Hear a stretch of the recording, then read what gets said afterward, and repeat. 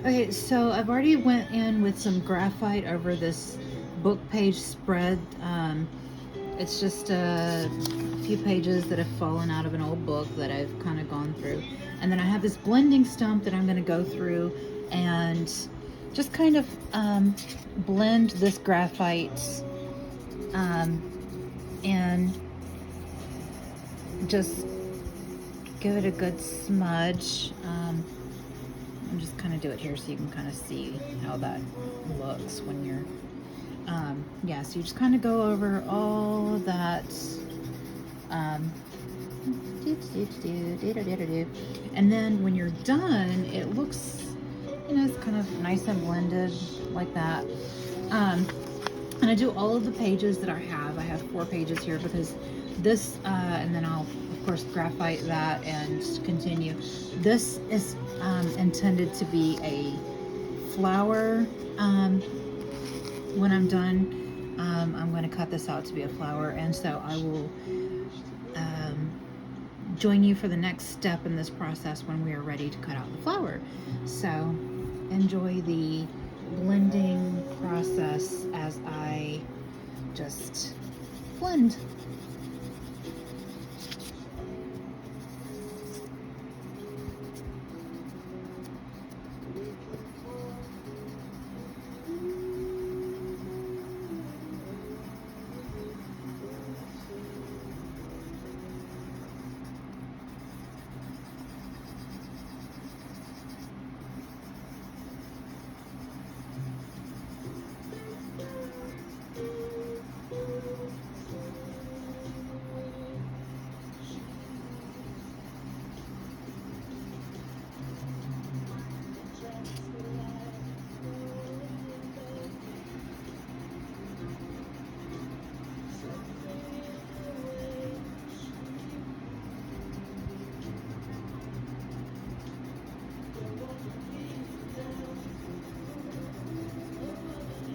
It's kind of messy, so you get your fingers all messy when you're doing this.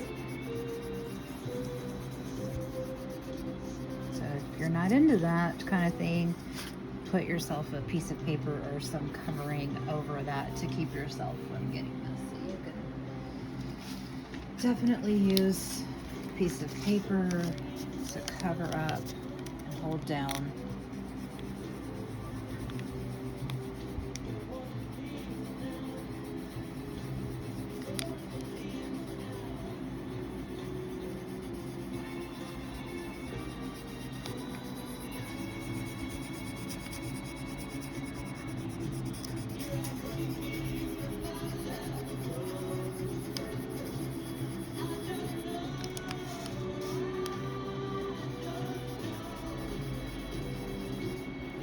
Pick up the oils from your fingerprints, so you definitely want to, if you don't want your fingerprints on there, use that cover, use that paper. I don't care. So something to keep in mind.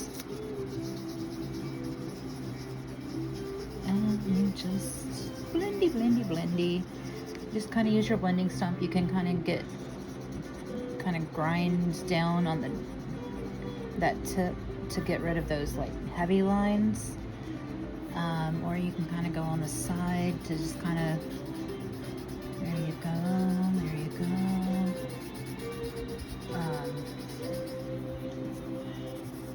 just get in there and blend as much or as little as you like.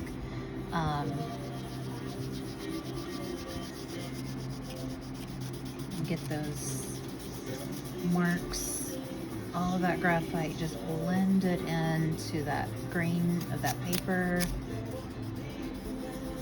and it makes that paper look like it was already like naturally this color, nice and aged.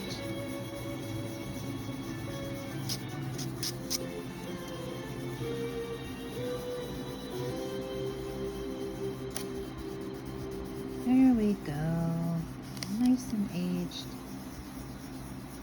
And the good thing about when you do this is you already have some graphite on your blending stump, So you can go to, we'll use this as an example right here. You can go to another page and just use that to age other paper if you want to. That's kind of fun to do. If you were doing a journal or something like that and you wanted to just kind of age something really quick, your the graphite from your blending stump is always fun to use for that. It's a great way to kind of use materials in other ways, in other places. So I like doing this whole, like, the whole spread at the same time. Just get a cup of coffee and sit down and put on some music. Just kind of like got Pandora on shuffle right now, and right now it's just got some Otis Redding going. We just listened to some Beatles. Dog's napping, so it's got some chill going, good chill vibe, and we just, you know, kind of blend and drink our coffee, just kind of enjoy the day, you know, like enjoy, you know, the moment. And maybe it's a good time for meditations. It's a good time to think about, you know, maybe your plans for the afternoon, or, you know, the weekend. Or maybe it's just a good time to just be still and be quiet, if that's what you would like to do. Or, you know, just enjoy being alone with your thoughts. Sometimes I use blending as a really great way to get out anxiety, because you can get really hard on that paper and just you know, like sometimes when you're frustrated, you just need to, like, just get it out, and blending can really be a good way to do that. When you're just frustrated and you just, you know, oh my gosh, you know, when life is just handing you some stuff that you just don't know how else to deal with, and you've got to think it out, you know, scratching out on a paper and blending it and whatever, that seems to really do it for me. Now, if you really don't have a blending stump and, you know, these fancy art supplies, don't feel like you got to go out and get them.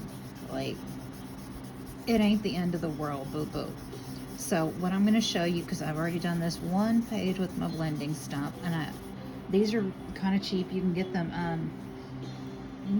around at art supply stores or whatever, but you can also make them. You can I think we might even do a tutorial or something at some point on how to make them. But if you can't make them on your own, or you can't find them or whatever, there's some cheaper options. Let's see here. We have our good old friend, the Q-tip. Q-tips work just as well. They do the job just as well. I keep several around just to do the trick. For smaller jobs, this is a big job, so I like my big boy here. I also have this huge guy that I made. He's made out of paper towel.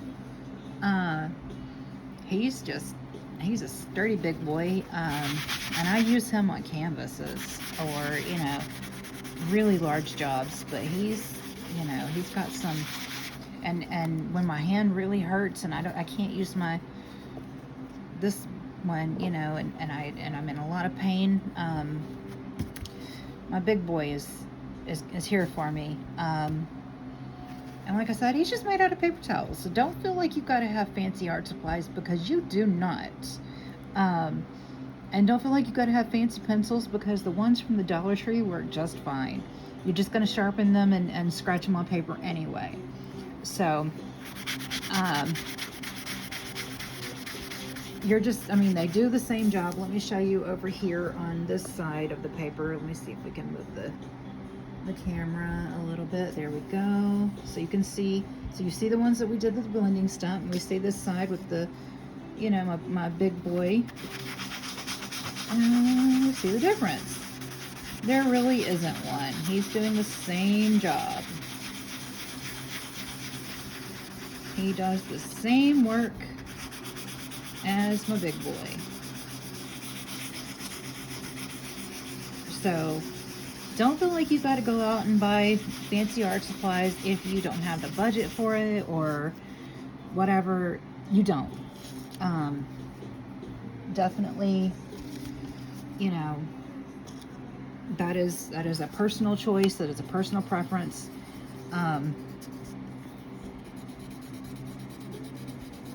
Don't let people shame you for your art supply game. So I'm gonna go back to my little guy here because this is what I prefer at the moment. Let's see. Again, this is just a paper bag I've kind of like torn off the corner of.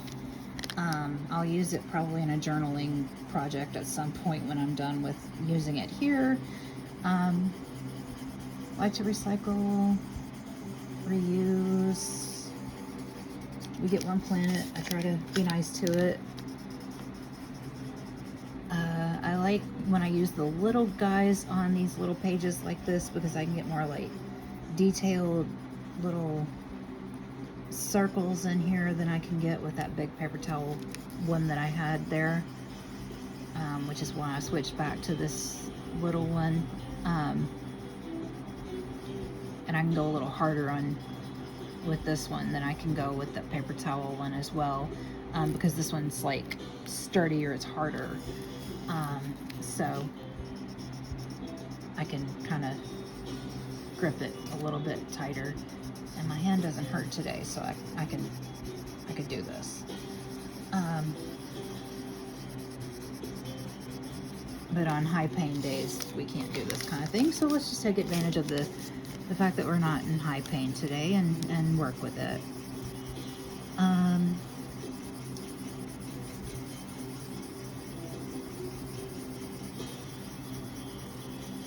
Just go with the flow. When our bodies allow us to do the things that we enjoy, we say thank you and enjoy them.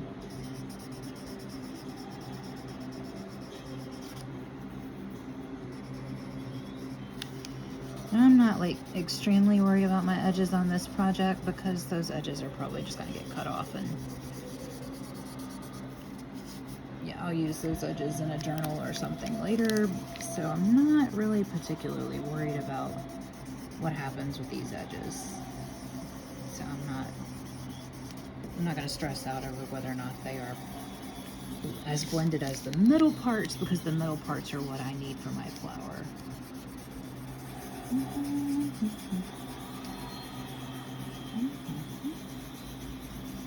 Seems like Pandora has worked us into some Pink Floyd.